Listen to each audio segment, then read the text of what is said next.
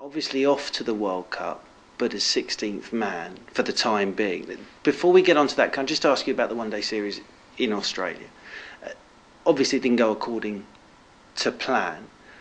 How important is it that you've got back, you've had a rest, and it's going to be a clean start in a different tournament, and you can forget in many ways what happened at the back end of the tour to Australia?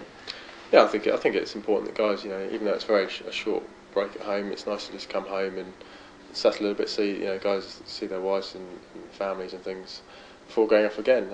But no, I think obviously it was disappointing, the results we had in Australia.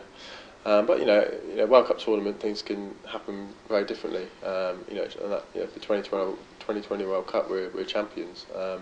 So I think we'll go into that competition with confidence, even though we haven't had results go away the last few weeks.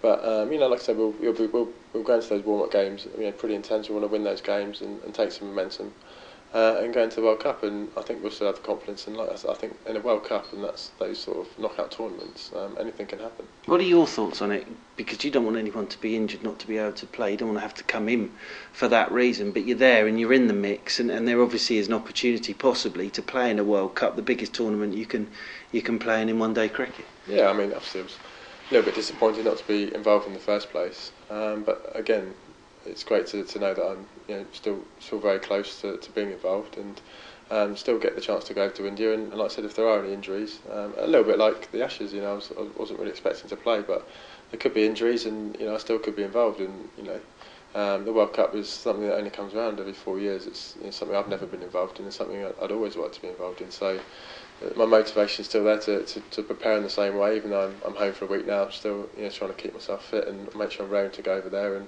the same applies when I get over there. I'll be working very hard in the nets and training. And if an opportunity does come along, then hopefully I'm ready to go. And I suppose for England as well, the thing about World Cups in any sport is if you get off to a good start, you get on a roll, and then anything can happen, can't it?